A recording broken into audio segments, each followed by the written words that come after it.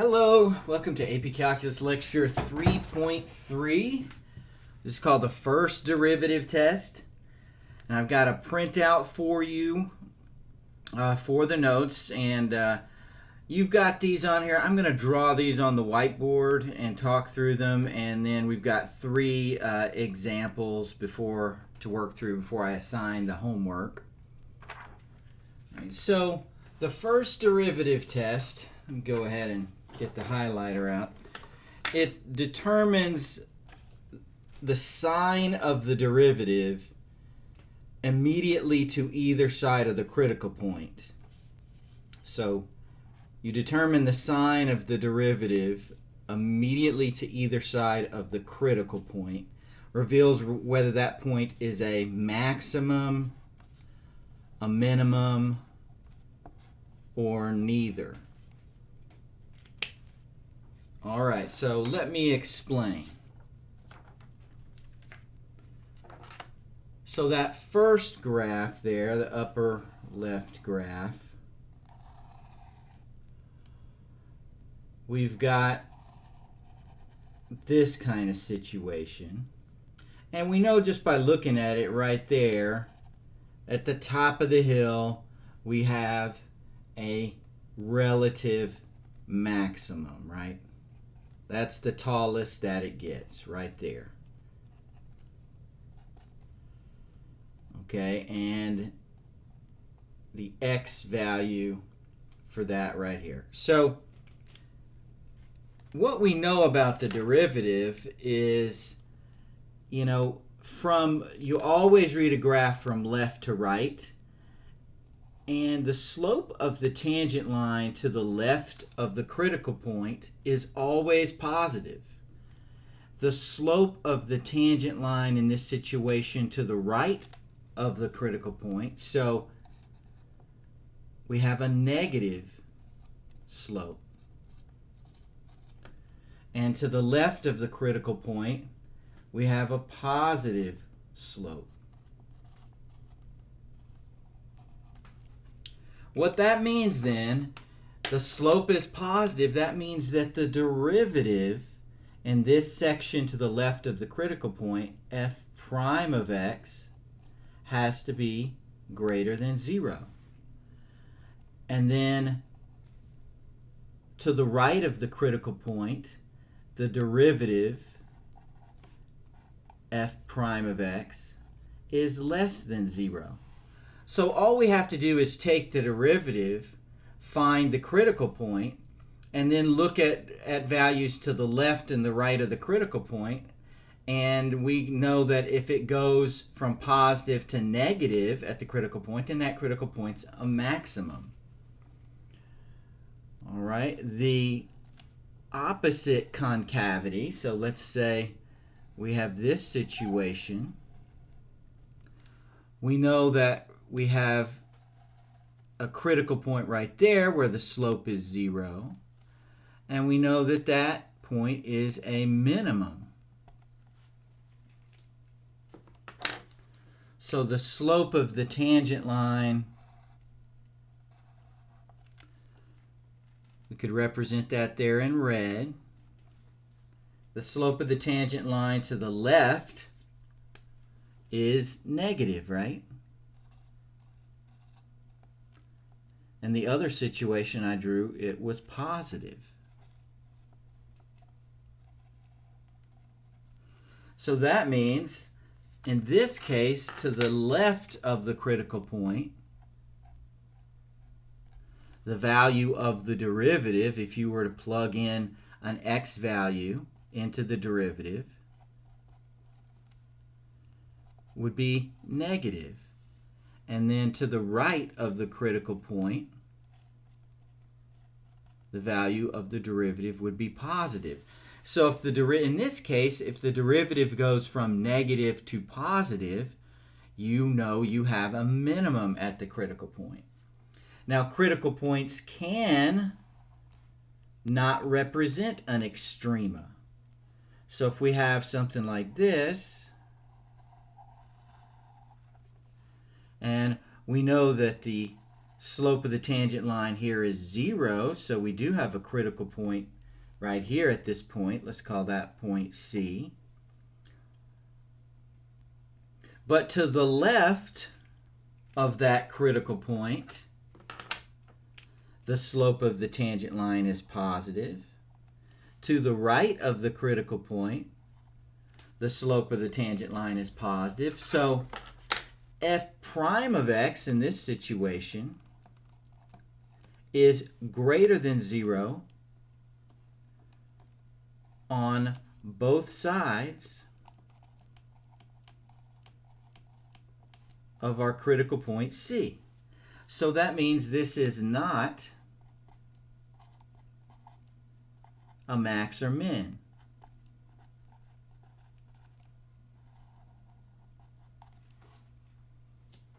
And I can draw kind of a mirror situation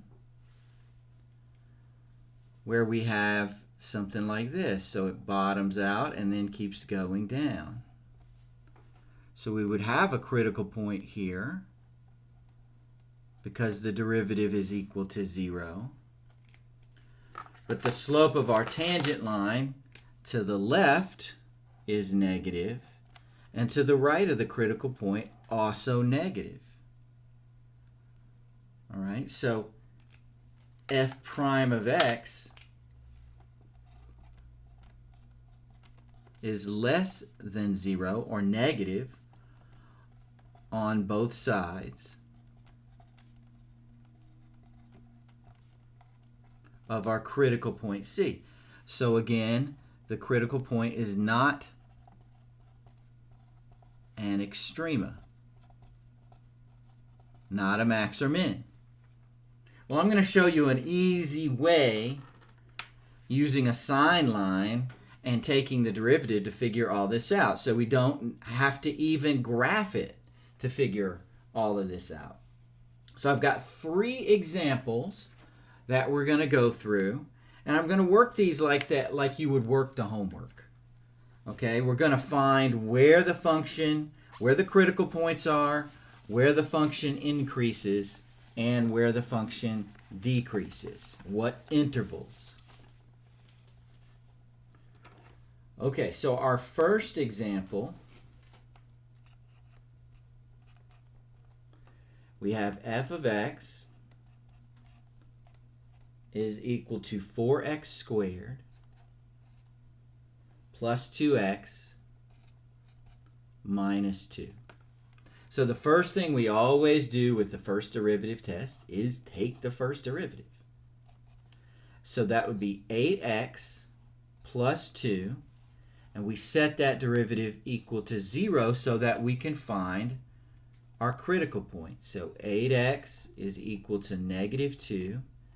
So x is equal to negative 1/4. And that is our critical point. Now next to the derivative, I want to draw a sine line. You might remember doing this in Algebra 2 and in Pre-Cal when you were working with inequalities. And we want to do it next to the derivative because we're analyzing f prime of x. And this arrow represents negative infinity.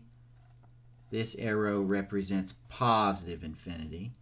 And I'm just going to put our critical point, negative 1/4, right in the middle. What I want to see is what is the value of the derivative to the left of negative 1/4.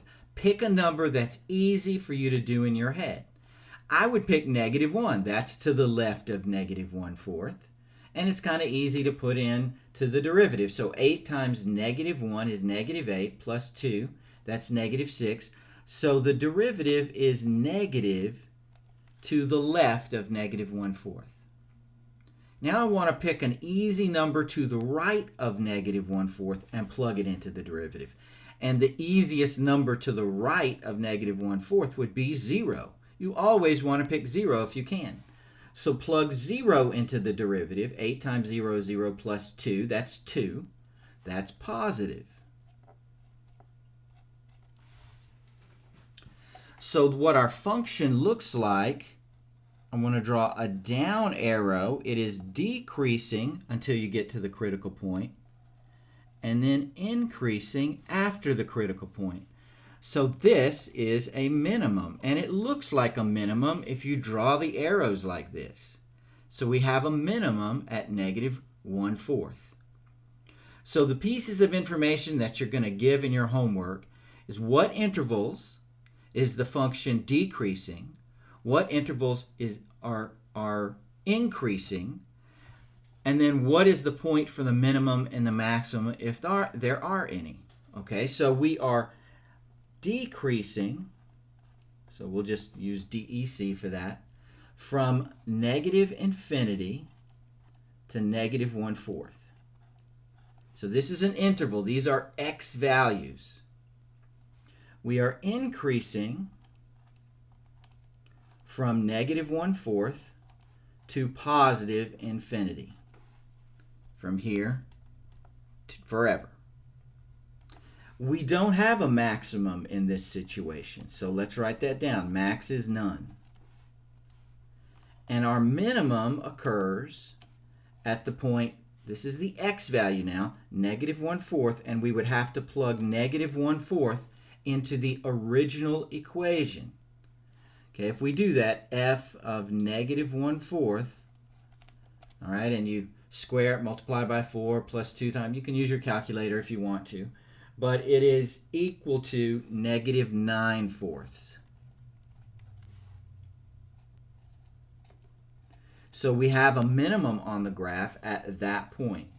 Those are the 4 pieces of information that you'll be giving on almost all the homework problems.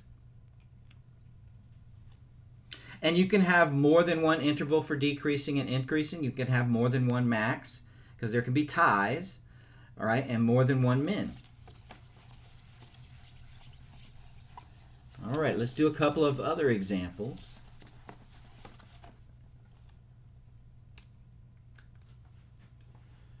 All right, our next example is g of x is equal to x cubed minus 3x squared minus 9x plus 1. So the first thing we're going to do, it's the first derivative test. So what are we going to do? Take the first derivative. We would have 3x squared minus 6x minus 9. I'm going to set that equal to 0. Find our critical points. Now, we can factor it like that, no problem. I think it might be easier if we go ahead and factor out a 3 before we even factor the trinomial. So minus 2x minus 3. And now we can factor the trinomial and figure out where are the zeros. So we have x, x, and then I believe minus 3 plus 1. So what values of x make this 0?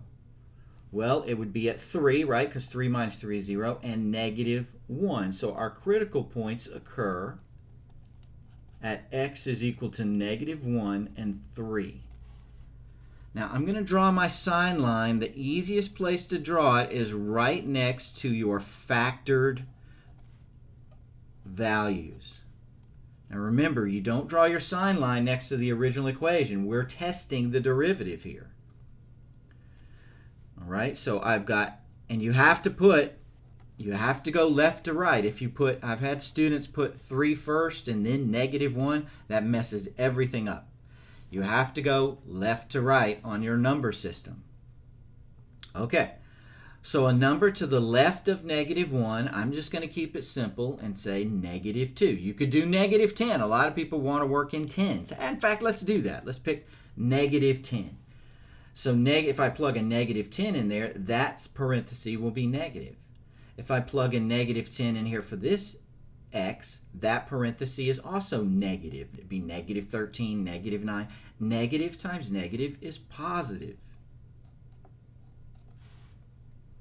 All right, what's a good number between -1 and 3? What are you going to pick? What do you always want to pick if you can? 0. Plug in a 0, I'd have negative 3. Plug in a 0, I'd have positive 1 in this parenthesis. Negative times a positive is negative. All right, something greater than 3. Let's pick 10. All right, that would be 10 minus 3, 7 times 11. That's positive times a positive. So let's draw our arrows. That makes it so easy to figure out the max and the min. So we have a max here at negative 1 and a minimum at 3. So we have two intervals where the function is increasing. I'm just going left to right. It's increasing from negative infinity to negative 1. And it's increasing again from 3 to infinity.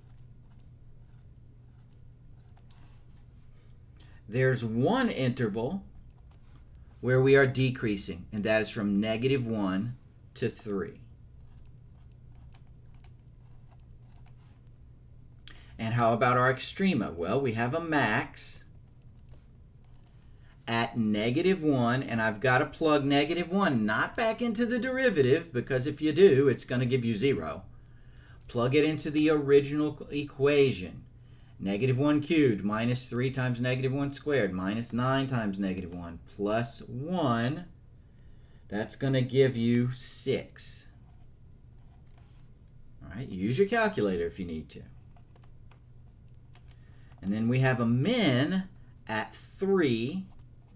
And I'm going to plug in 3. 3 cubed, 27, minus 3 times 3 squared. That's minus 27. So minus 9 times 3, negative 27, plus 1. That's negative 26. So you don't have to do it in your head. And that makes sense. 6 is bigger than negative 26, right? So that makes sense. That's a max. If you got them reversed, and it was negative 6 and positive 26 or something like that, then you did the math wrong, okay? It's your y value that tells you a max or a min, okay? So that is what we're looking for. Intervals where it's increasing and decreasing, and our relative extrema. What point do we have at the max, and what is the point at the minimum? All right, let's do one more.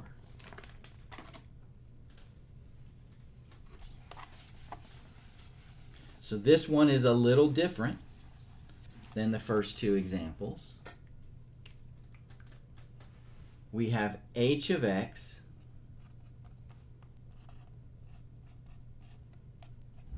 is equal to x to the 1/3. So we first take our derivative. That's 1/3 x to the minus 2/3. Now I would like to rewrite that so that I can get my head around it a little better. 1 over 3x to the 2/3 power. And we set that equal to 0. Now this can never be 0. If x is 0, it's undefined. Okay, so we are undefined.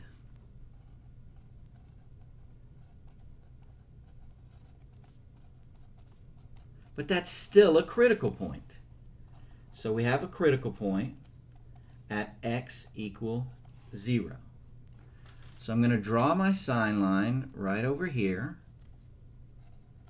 Negative infinity, positive infinity, and 0. So let's pick a number to the left of 0. How about negative 1? Well, negative 1, the cube root of negative 1 is negative 1. Square that, you're going to get a positive. So the 2 is on top, so you're going to square it. Whatever you get, you're going to square it. So that'll make it positive.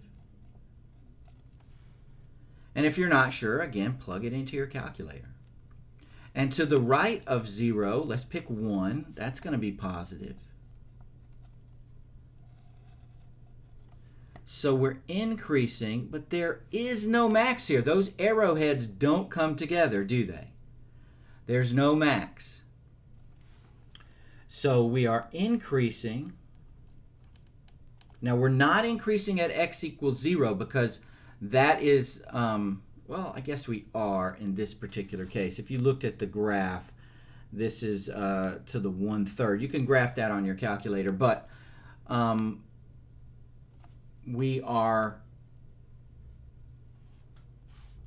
increasing from negative infinity to infinity on that one.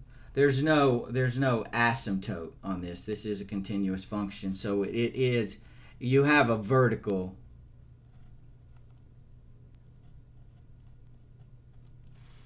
part of the graph there at x equals 0. So we are increasing from negative infinity to infinity. Sometimes if there's an asymptote, then you can't say this. It would be negative infinity to 0 and then 0 to infinity, but we'll work some like that. We are never decreasing. We don't have a max. And we don't have a min. So it is constantly just going up, so there's no point where there's a maximum where it starts to come down, and there's no point where there's a minimum where it's going down and it starts to come up. Okay, so let's talk about the homework.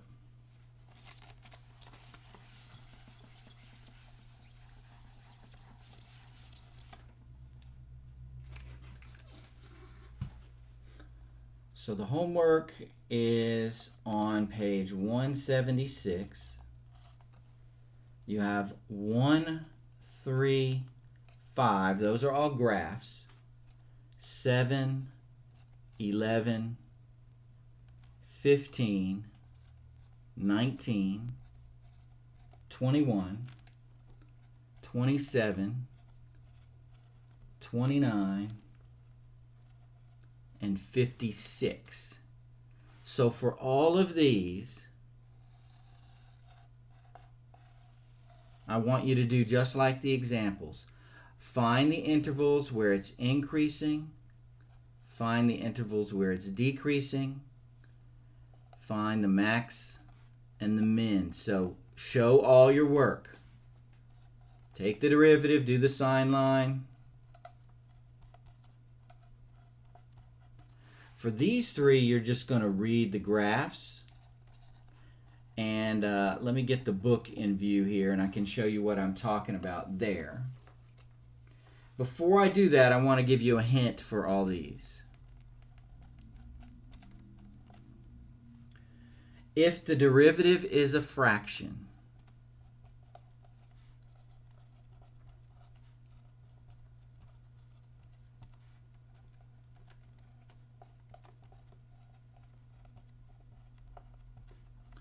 critical points occur. What you want to do is look at the numerator and denominator separately. So where the numerator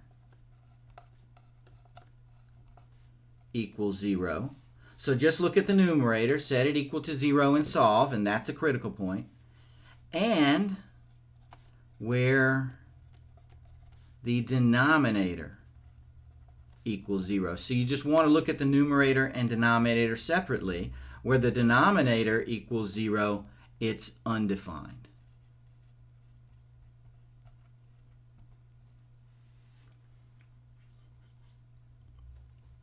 Okay, so if you have a fraction, and I wouldn't give this hint if you didn't somewhere in there.